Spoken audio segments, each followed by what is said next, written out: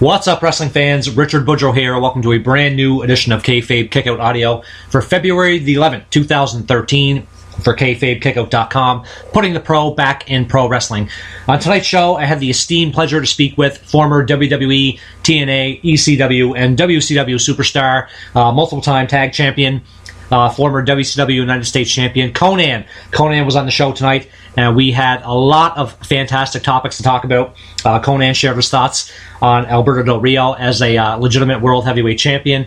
He shared his thoughts on what it was like working in WCW under Eric Bischoff, and so much more. So definitely check this show out, fans. You will not regret it.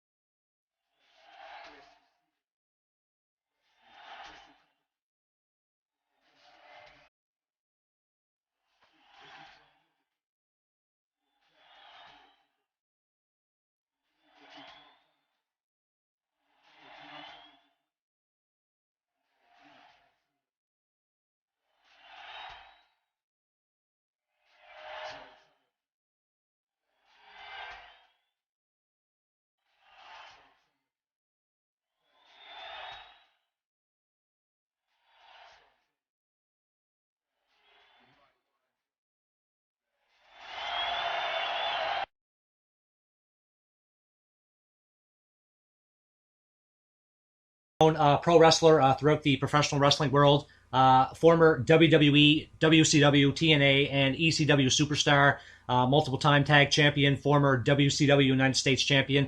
Konnan, how's it going, man? Yo, what's up, man? Just want to say what up to all your listeners and everybody down up there in Canada. Excellent, excellent. Like I said, I just wanted to thank you for being on the show tonight. So I'd like to start off the show with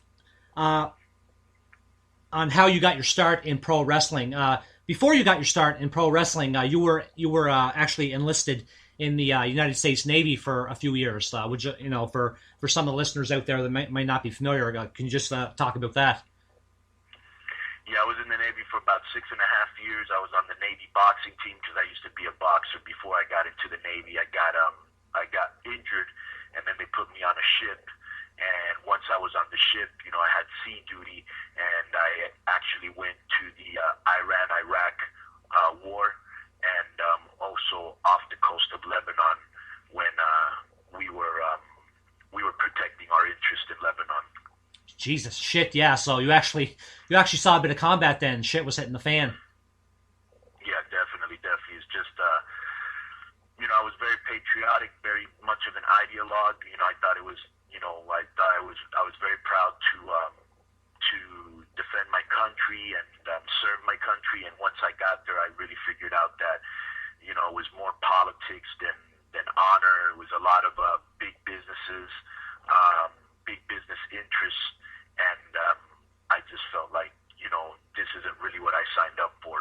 And so I was there like 6.5 years, and then I got out. Right. What trade did you do in the Navy? Well, like I said, I was a boxer first, and then once they put me on a ship, I became what they call a yeoman, which is like a clerk. Right. So I basically worked for this department called the engineering department, and I would come across, I had a secret access clearance, so I would see secret messages, and top secret messages that were coming into the engineering officer, who was obviously the head of the engineering department. So I was privy to a lot of stuff that other people weren't, and that's how I really started to find out a lot of the stuff behind the scenes that you never find out about, not even in the newspapers. And so I was basically a clerk while I was there, while I was on the ship. Okay. What was it like working in the United States military? Like being from a Cuban descent. Did you get any? Did anybody give you any shit? Well, no, but the ship was it was a really big ship, and it was really kind of almost like in a way like in prison, because like when you went to eat, for example, at chow hall, or we call them mess decks, basically, you would have like all the white boys over here, and usually there would be subgenres. You have like all the guys that liked rock and roll were over here, and then you had like the kind of like the nerdy white boys were over there, and so you had the white boys were kind of all broken up into little segments, but they were all one big group, and then you had like the blacks. The blacks usually, sat with the Latinos, so I was usually hanging out a lot with the brothers and the Puerto Ricans, Cubans, and Mexicans. We all hung tight. And then you had like a really big Filipino faction, a lot of Filipinos in the Navy. You had you just had like different little, segments on the ship. Right. No, just curious, because like I was in the military myself, but I was in the Army, and from what I've heard about the United States Navy, is it true that like they have actual videos on the ships, like sort of like propaganda videos, like talking about how well the United States is doing and that sort of thing? No, not when my ship they didn't, and I don't think they would have permitted any. What type of propaganda, like pro-USS? Yeah, like pro-USA, like USA is doing such a good job, like around the world, protecting the country, that sort of thing. Oh, definitely, yeah. That's instilled into you from the minute you get into boot camp. What else would they instill in you? They want you to, I wouldn't call it brainwash, but they want to get you in that spirit of mind that, everything we do is just, anything that we're involved in is just, and, what else would you teach a soldier if you wanted him to be loyal? You're not going to tell him all the bad stuff we did. So, all the governments that we, all the puppet governments that we helped put up, all the assassinations that we did, all the ways that we, invade countries for our own personal gain. And, none of that's ever told. The United States never wants the public to see the seedy or dark side. That's why, like, when I was growing up, I'd never heard, about slavery. I didn't even really know it existed until I saw Roots. And so, or the way that they treated the American Indians, and so America's always been really good at, swiping the ugly part of their history under the rug. Yeah, no, it's funny, really funny that you mentioned that, because I think a prime example would be Vietnam. They don't mention a whole lot about Vietnam. Well, now they do, because now we're in a much more there's more access to information, and this is the information era, and so a lot of stuff we find out that back then they were secretly bombing Cambodia, which was an act of war, and you had to get permission to go to war. So they were secretly bombing Cambodia because they had Vietnamese rebels training and hiding there, and sending soldiers across the border to help the North Vietnamese. At the same time, they were going down there and they were just fucking scorching the earth. They were just burning everything, vegetation, people. They were killing civilians. I don't know how many cases they had of them. Same thing you're seeing in Iraq of, guys in the army just fucking getting traumatic syndrome and just fucking gunning down whole families and stuff. And they were saying we were winning the war, we were actually losing the war. So yeah, Vietnam was a real big lie. And then of course they had when they said that when we attacked the Gulf of Tonkin, or I believe they attacked the Gulf of Tonkin, the Vietnamese, so we would have a reason to really get into the war. And it was all a lie. It was all predicated on the fact that we needed an excuse to turn the public opinion to, which it never happened. As you saw, it never happened. The public never bought it. But that's when the public really started, for the first time in the history of the United States, turning against the government. And out of that, you got the hippie movement and the civil rights movement, and all these movements that came out because the government was not to be trusted. Right. And I think, like, from what I learned about Vietnam, I think, like, the American soldiers were just not, like, when they stepped on stepped in Vietnam, they weren't prepared for guerrilla warfare, the type of warfare that the Viet Cong and the Khmer Rouge were dishing out. Right. Well, that was part of it. The guy, I forgot his name, that was the leader of the Vietnamese, the North Vietnamese, was a big, had read, I can't remember how to pronounce his name, Sun or whatever his name is, The Art of War. And, if you've ever read that book, it's an incredible book. And, like the coach of the Patriots and a lot of coaches of sports and a lot of executives read it on how to deal with your competitor. And he had actually studied that book, and it just tells you, all these things of, never let your enemy know how weak you really are. Always make sure you have a spy that helps you find out what the enemy's doing. He used all these things that were really, really valuable. And like you said, yeah, the United States was totally unprepared for guerrilla warfare or for basically these people that they kind of looked at, well, this is a poor country, we'll be able to break their souls real quick. But, that was their country. They weren't giving up, and they were ruthless. And you got to give them props. They stood up to the strongest military in the world. Absolutely, yeah. They definitely gave them shit, and sent I think for the most part sent the United States packing. So you had mentioned earlier that you did your 6.5 years, and you became disillusioned with the military, and that's when did you start your career in pro wrestling right after that? Yeah, I started right after that, and I started I was living in San Diego at the time. That's where I was based, and then I went to Tijuana, which is right across the border from San Diego, to see my first match, and I was probably 22, and I'd never seen lucha libre, so I was really blown away with the high flying, the creativity, the cage, the mass, the whole energy, and like 2 weeks later, I was already training. Right. So you cut your teeth like in pro wrestling with Stampede and Stu Hart. What was that like? Well, I was in Mexico, and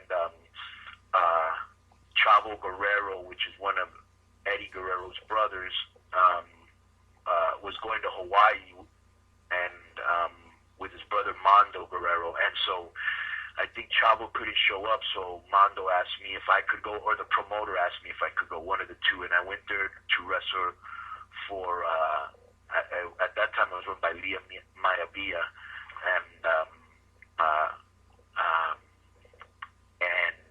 we went there, and I was doing Lucha Libre, which nobody had seen, and it just stuck out from everybody else, and at that time I had like a bodybuilder physique, so it was, definitely what I was doing stood out.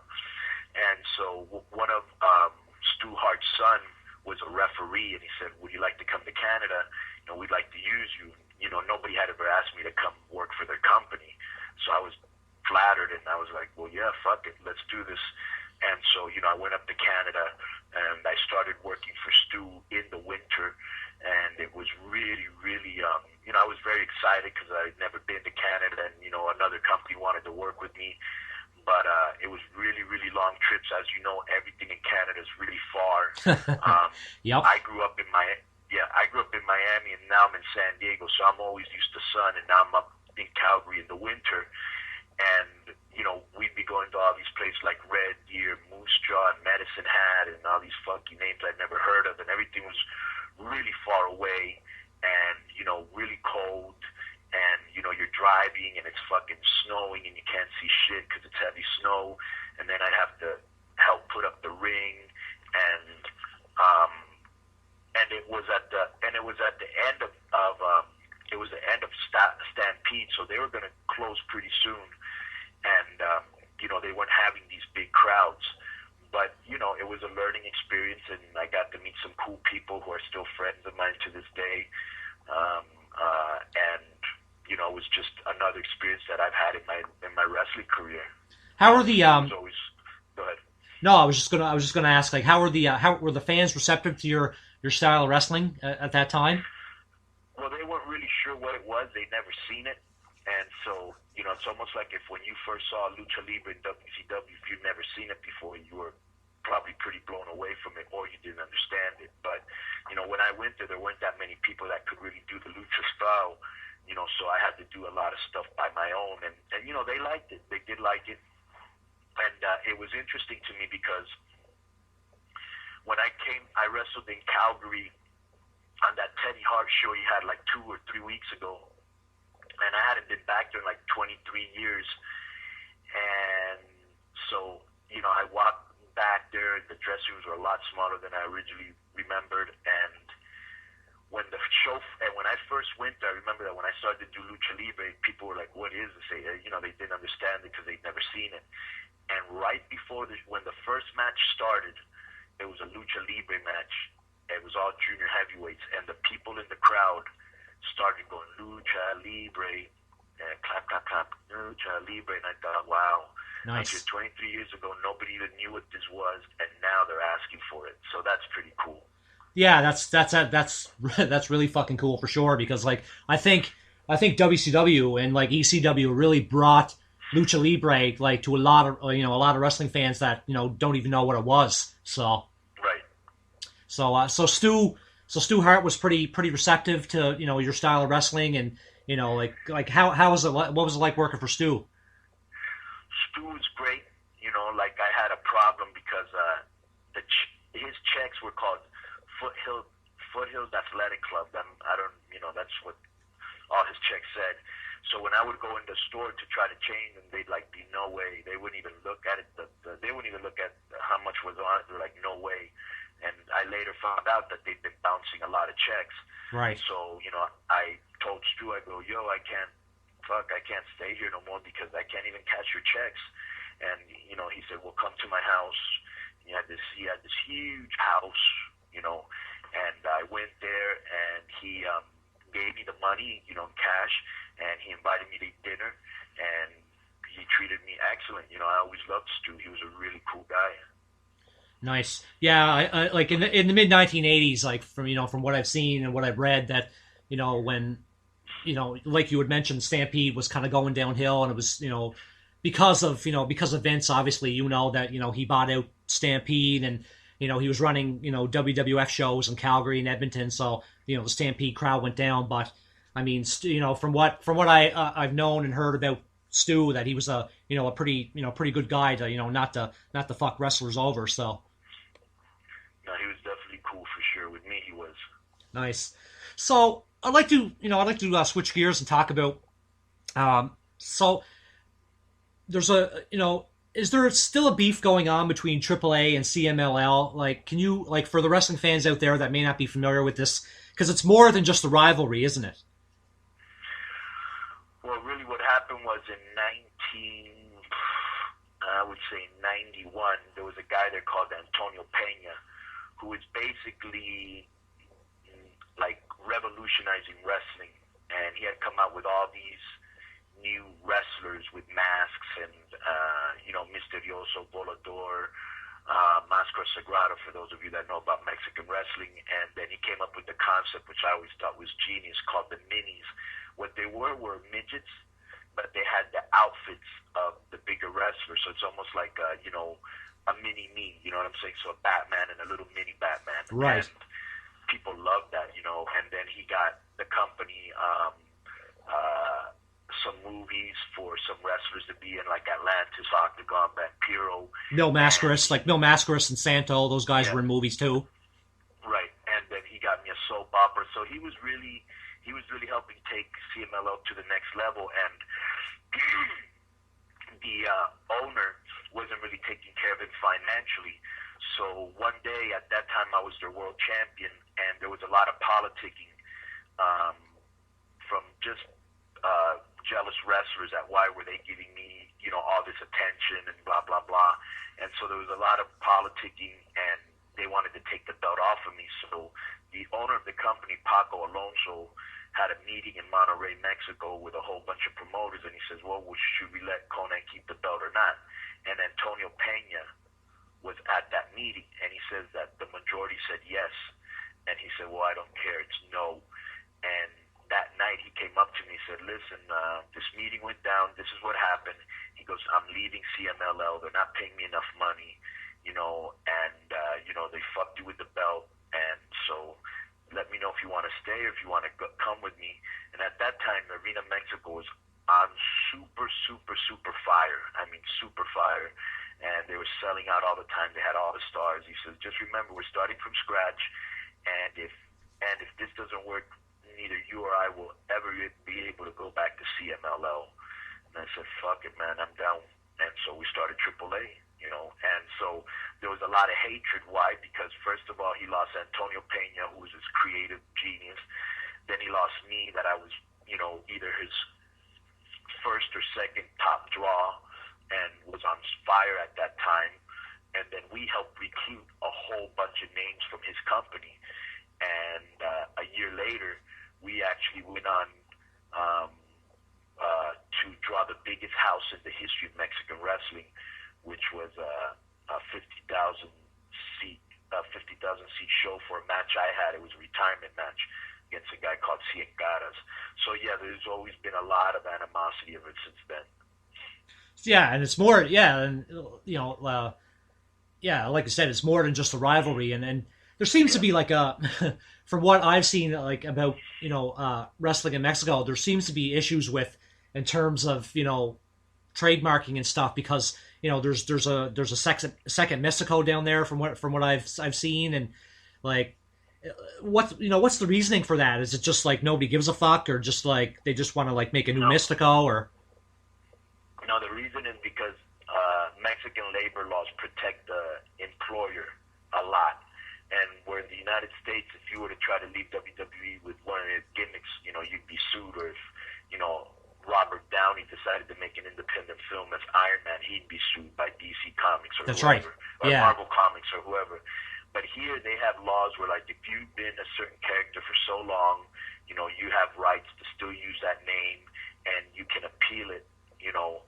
Like, I know there's been a couple wrestlers that have had their cases held up in appellate court for, like, 8 to 10 years, and while it's being appealed, you can keep wrestling. So that's the problem, you know. I hope they change one day, because, you know, these companies that came up with the names and pushed the guy, and then the guy wants to leave, he should leave his intellectual property behind, and that's the reason you see so many clones. Right. Yeah, and there seems to be, from what I've read, there seems to be another issue with is it Santo trying to trademark a specific move? Yeah, Santo tried to trademark the camel clutch, which was actually invented by Eddie Guerrero's dad, Gory Guerrero. Yes. But his dad, Hijo del Santo's dad, his dad's name was El Santo. He's the biggest wrestling superstar that's ever existed in Mexico. His father actually popularized it. And so that camel clutch, Santo has registered it. So, like, if you use it, how ridiculous is this? If you use it, he can sue you. Really? Jesus Christ. Yeah, that's, I don't know. I mean, like, you know, that I don't think that shit would fly in North America. That would be like, you know, if... No, of course not. Of course not. But that's, you know, you're not in America. You know, you're in Mexico, and every country has their different idiosyncrasies and rules and traditions and customs, and where whether we like them or not, that's what they are. Yeah, oh yeah, no, absolutely. I mean, I'm a huge fan of Mexican wrestling, and you know, just seeing all those different guys, like, you know, like I'd mentioned, like Mil Mascaras and, you know, El Santo and the Blue Demon, and, you know, just absolutely fucking wicked, you know, wicked wrestling. And, you know, I really wish that WWE would bring more of that, you know, more of that to North America. Right. Well, who knows if they will or not, but we will. Yes. Yeah. Yeah. It's, you know, AAA is coming to North America. Yep, and that's all I can say right now. But for people that, you know, listen to the podcast, and we'll give the information at the end of the show, you know, I will keep you posted because it's coming very soon. And so, you know, we're going to give people Lucha Libre, you know, Mexican way, but tailored for American taste. Awesome. Yeah, I can't wait to see that. So, getting on the topic of Mystico and Sin Cara, like, I don't know, me personally, like, I don't know why a lot of, like, North American wrestling fans are really, you know, they've been shitting on Sin Cara ever since I mean, you know, people call him Botch Cara, but I mean, if you've seen him wrestle in Mexico for CMLL, like, a lot of fans, I think, would change their tune. Like, you know, what are your thoughts on Sin Cara? Well, he's been a huge disappointment, and the thing is that they have nobody to blame but themselves. I mean, they sent Alberto Del Rio to that FCW, which is a training school for WWE. He was there like a year and a half, you know, because when he first got there, he didn't understand the American style. Big difference between American and Mexican style. Yeah. You almost have to be deprogrammed.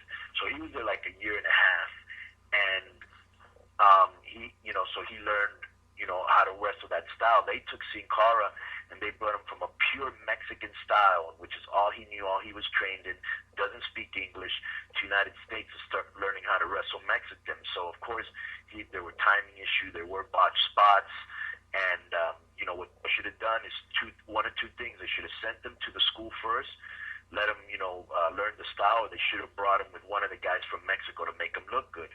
Because, like, for example, I know they gave him the Chavo Guerrero Jr. Chavo Guerrero Jr. really isn't a luchador. That's not what he was trained in. So, you know, he was making a lot of mistakes. And then, of course, he got nailed for steroids, which didn't help. And then he had a knee injury, which didn't keep him out that long. But he hasn't really been impressive to the brass over there. And yeah, he does have talent. But I think the big mistake was they should have put him in that school. Right.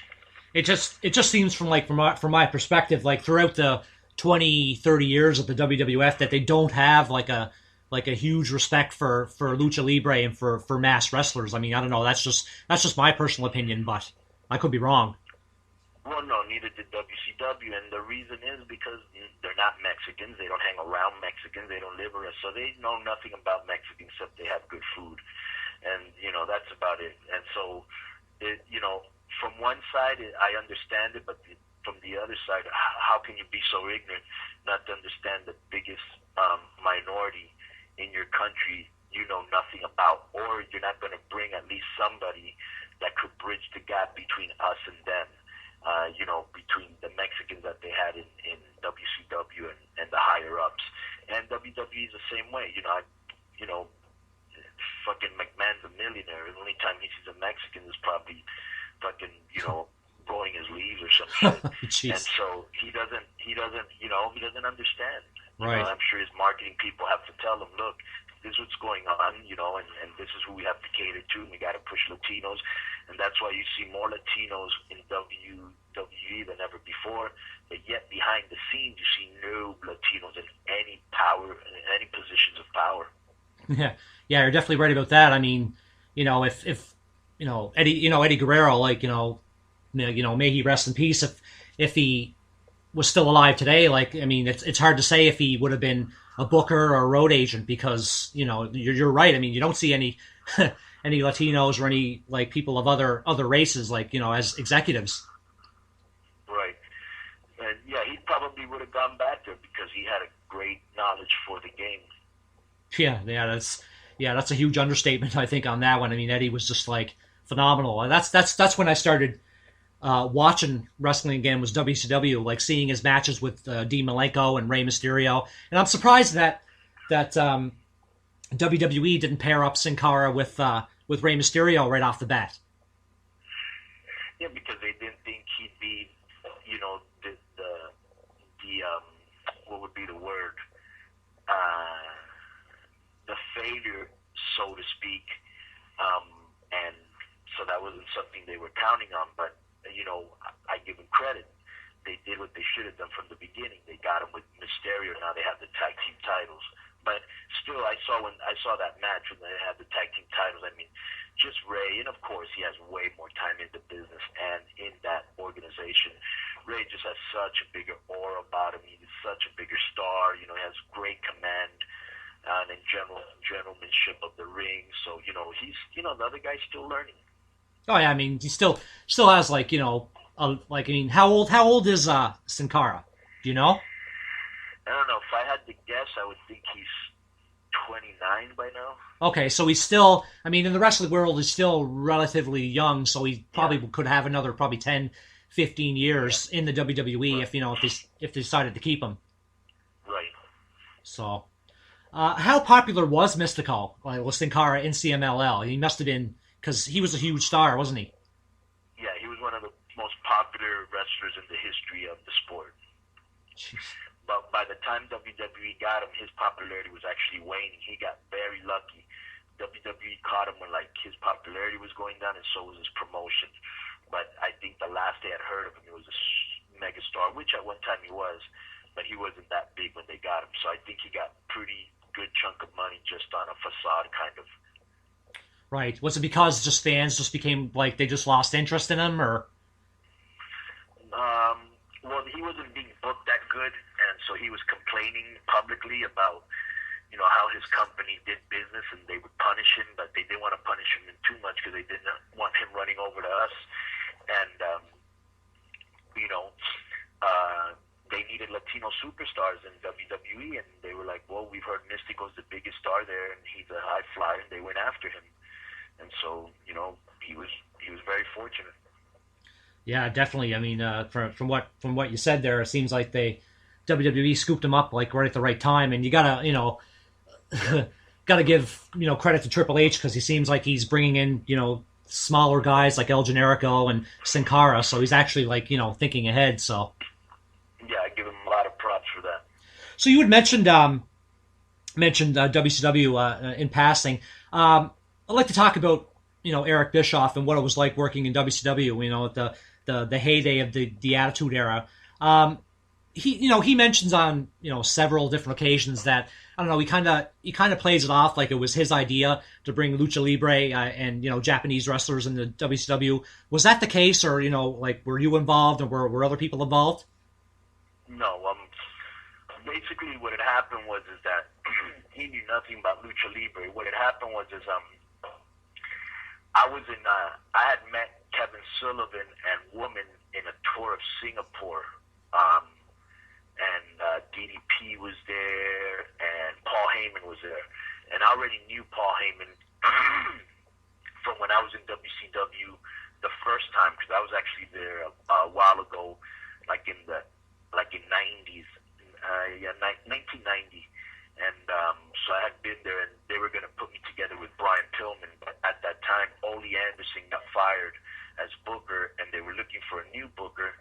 And while they were looking for him, WWE called me up, and I went up with them to do this Max Moon character. But anyways, what was the question? No, was it all Bischoff's idea to bring? Bischoff, yeah.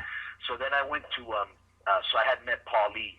I had met Paul Lee on this thing to Singapore, and he kept asking me about, hey, how good is Eddie Guerrero and Love Machine, Art Barr? They were this tag team in Mexico who were incredible. Yeah. I go, dude, those fucking guys are off the hook. He goes, I keep hearing about Rey Mysterio and Psychosis. I go, listen, with all due respect for every talent in your company, they will probably blow away anything that's in the ring before or after them. He goes, are you sure? And I go, I'm positive. He goes, well, let me have them. So when Psychosis and Rey Mysterio went down there, they blew the house down. And then the next week I came in, and we had a really good match with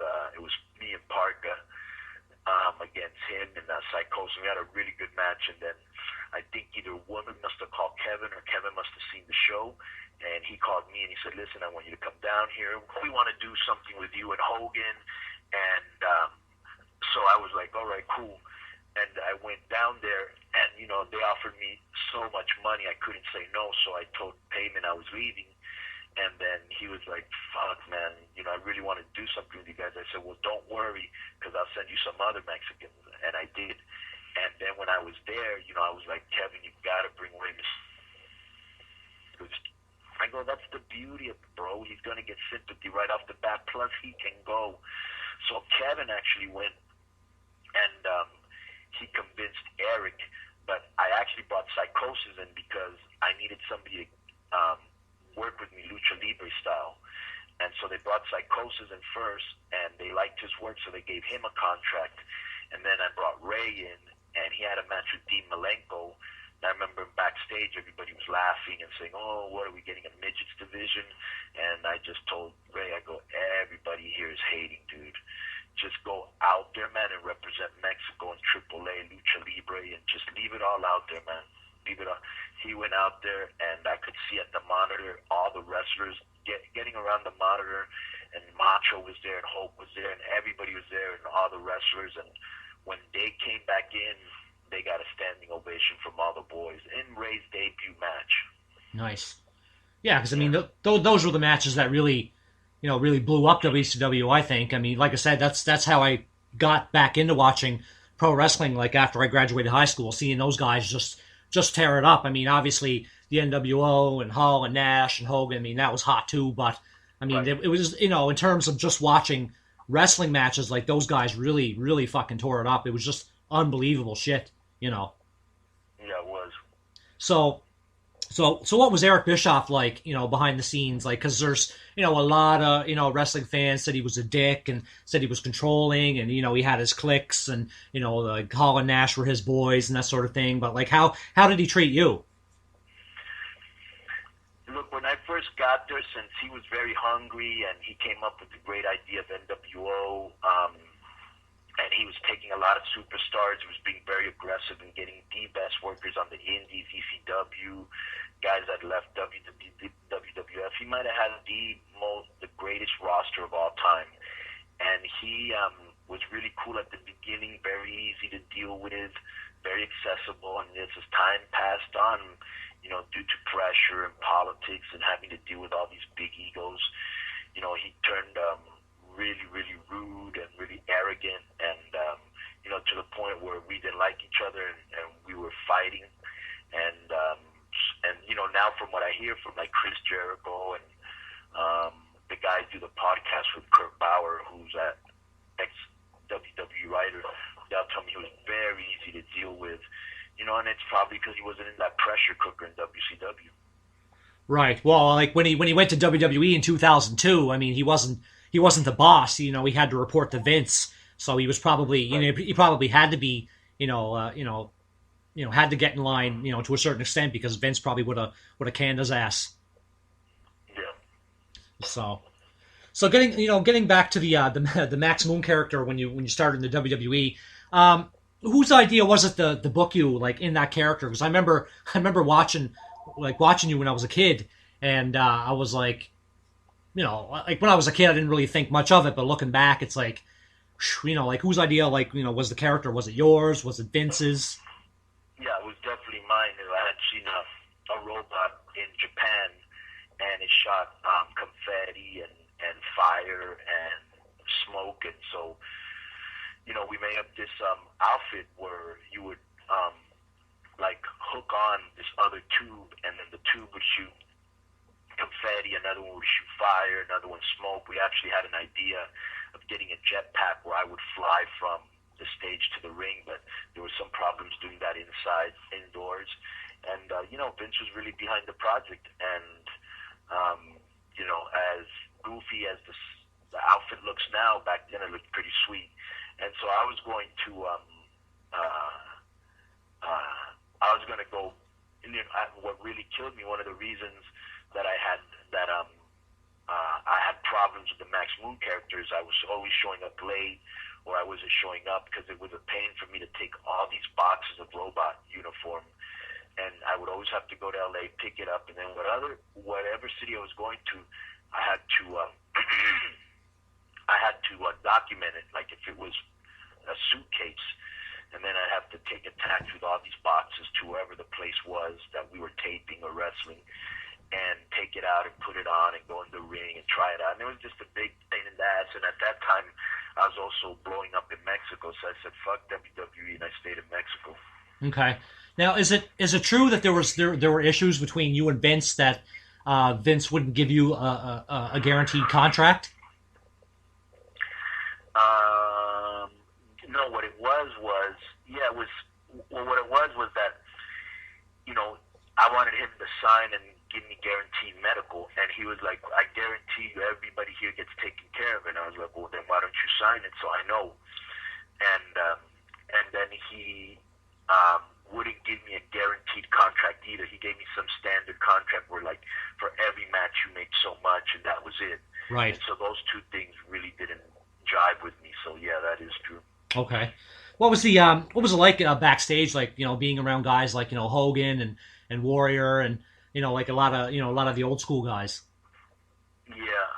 Well, you know, they were all crazy characters, really crazy back then. You know, everybody was just partying and having a good time, and you know, I never really got what was the big deal with Hogan. I was always a Macho Man fan, so when I ever saw Hogan, it wasn't like, oh my God, you know, but it was with Macho. Macho, I thought, just was really cool.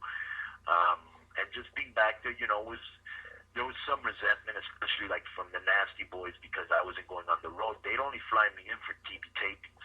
Right. So I would only come in for TV tapings, try out my suit, and then they would make whatever, you know, changes they had to make in the suit. And I never really wrestled. I did a couple house shows, but for the most part, I just came out for to try out the suit on TV tapings. Right. Now you mentioned the Nasty Boys. I don't know. I mean, they were a good tag team, but I don't know. Like, Brian Knobbs just seems like a guy that just constantly runs his mouth about stuff. I don't know. Yeah, that's how he is, man. You know, that's how he is. We had a problem once right there in catering, and back then they used to have like these metal plates, and he kept coming up to me and going, "Hey, amigo, arriba, arriba," you know, and I was like, this motherfucker does that again, I'm going to crush him with this, because they were like metal plates. Right. I'm going to crush him with this metal plate, and it will be the last time he does that. And the person that was with me, and it might have been Luis Picotti, was like, you know what, you do that, they're going to fire you. You know, they're higher up on the food chain, and chill out. So, you know, after that, I just, wherever they were at, I was not. But one time, you know, we just fucking hooked up, and we were smoking some weed, and everybody was cool. Nice. So, getting back on the topic of WCW, like, I just want to get your thoughts on, like, because when I first read this, I actually seen this term that Kevin Nash, you know, the Vanilla Midget. I read a book about, you know, Chris Benoit and the tragedy of the Benoit murders, and when I don't like that term, honestly. Like, you know, like, what do you think of that comment? Yeah, very insulting, and it was more insulting to me because they were all my friends, and you know, and so we would get into a couple arguments about that, but yeah, that was very insulting and very rude, especially since all three midgets went on to have way bigger careers, and they would have been even bigger sooner if guys like him weren't holding them back. Right. No, shit, for sure. Because, I mean, Benoit, Guerrero, I mean, Dean Malenko, like, you know, like I said, in WCW, those guys really fucking put asses in the seats, and, you know, to make Nash and Hall and Hogan, they're big money. What were Hall and Nash like backstage? Because, like, I read and heard things that apparently, like, there was one issue where Macho had to straighten out Hall and Nash because they refused to go out because the sound guy fucked up their music, and, you know, Macho had to, you know, straighten them out. Like were they prima donnas like that? Yeah, definitely prima donnas, but they were, you know, at that time they were so hot. I mean, everybody wanted to meet them, and, you know, like, I remember we would go to places, and, like, you know, the guys from Boys to Men wanted to meet them, and fucking what's these guys, rappers, you may not know them, but fuck, what are these guys called from Cleveland? Bone Thugs and Harmony. Bone Thugs and Harmony. Oh yeah, yeah. Yeah, so everybody, all the girls wanted to meet him, all the magazines. I mean, it was like really, it was like they were like rock stars. So they got what they wanted. They got what they wanted, and they definitely were hard to deal with, and they were prima donnas. But fuck it. The only thing personally was that Nash tried to like play with my career. And I took a lot of offense to that. But other than that, they were just, they were cocky, they had big heads. And then when you're in a pressure cooker, man, when you're in there with, Hogan and Macho and Ultimate Warrior, Roddy Piper, Bret Hart, all these fucking, Ric Flair, everybody's out there, just trying to, it's dog eat dog, really. Right. Do you think that, like Eric Bischoff, like creating the, the guaranteed contracts, you think that kind of hurt WCW in the long run? Yeah, because a lot of people were missing shows because they knew they would get paid anyways, and a lot of people really took advantage of that. That really got out of Eric's hands because a lot of people were always injured. They were never injured for TV, but they were always injured for house shows, and that did hurt. That hurt a lot because it didn't give anybody an incentive to come to work. You didn't join the NWO till probably '97. So do you think that you were underbooked or underutilized like as a character? Because you were one of my favorite wrestlers in WCW. And when you were part of the NWO, you really made it really entertaining. But I just heard the stories of Kevin Sullivan tried to fuck you over and tried to get you the job to Jacqueline. Do you think that you weren't booked in the right way? Well, I just always had a lot of heat on me because I was way too outspoken for not being a superstar, and so that got me a lot of heat. But the only thing that if I would have been booked better, I would have made more money. So I'm probably mad that I should have made more money, even though I did make good money. But I could have made more if it wouldn't have been for personal vendettas. Other than that, I just always looked at wrestling as like a film. And if you go up to I doubt very seriously if you go up to Robert De Niro and say, hey man, in this scene you're gonna get shot, he's not gonna go, oh my god, really? Well, no, I can't do that. It's a fucking movie, and that's what wrestling is. But sometimes in wrestling, the biggest marks are in the dressing room. Right. Yeah, from like I said, from what I've read and what I've seen, the history of WCW, especially when Nash was given the book, things just, and then when Vince Russo came in, everything just, I think that's the general consensus that everything just went to shit when Russo came in and the fucking finger poke of doom, and Nash was just all about his own boys, and it just fuck, it kind of it still kind of pisses me off to this day that things went that way. Yeah, well,